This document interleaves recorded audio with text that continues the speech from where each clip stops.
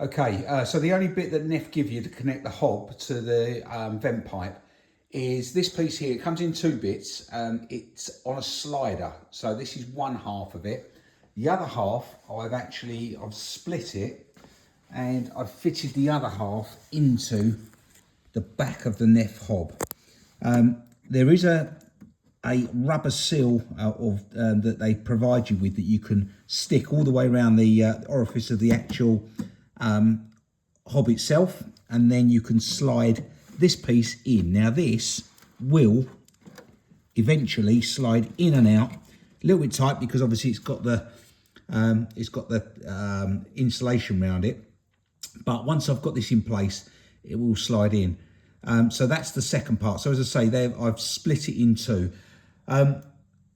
With this pushed right up against the hob, I still had issues in dropping the hob into this cabinet because it actually sat about 1 centimetre. I actually screwed this. It's got a tape around the back of this to stick to the back of this cabinet. But in doing so, I was about 1 centimetre too long for me to get past before I slid the outer bit back onto this. So what I've done is I've cut my hole. I put 20mm packers because I've got a 20mm worktop, and put one on each corner.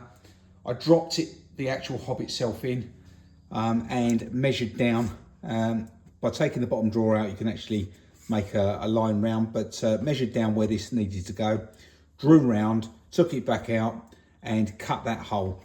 But what I've done to drop it back 1 centimetre so that the hob slid down past this very close, and then I can slide that slider back in. I fitted from the back through the back. I actually screwed it into the back of the cabinet. Then what I did was I screwed another piece. I cut a second piece out of a part that came off of it. I cut that out and screwed it to the back.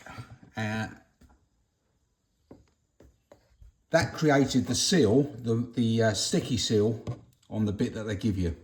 I then purchased this 220 by 90 elbow, 220 by 90 upright, and the adapters, 220 by 90 going to a 150.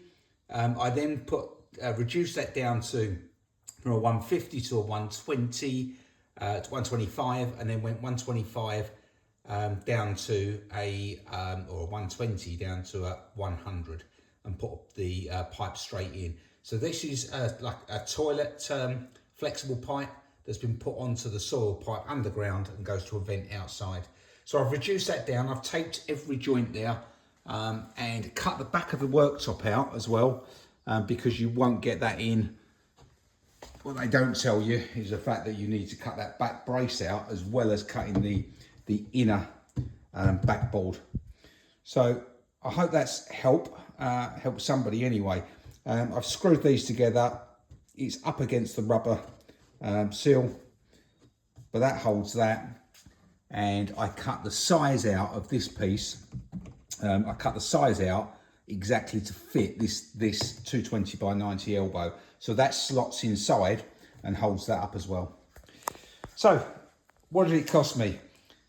So for those adapters, the piece, 1 metre pipe and the 90-degree elbow, cost me about £35. Neff want 149. So you'll see, if you've got something like this that you're going to run outside, it's definitely worth thinking about it slightly and making your own adapter. Okay, take care.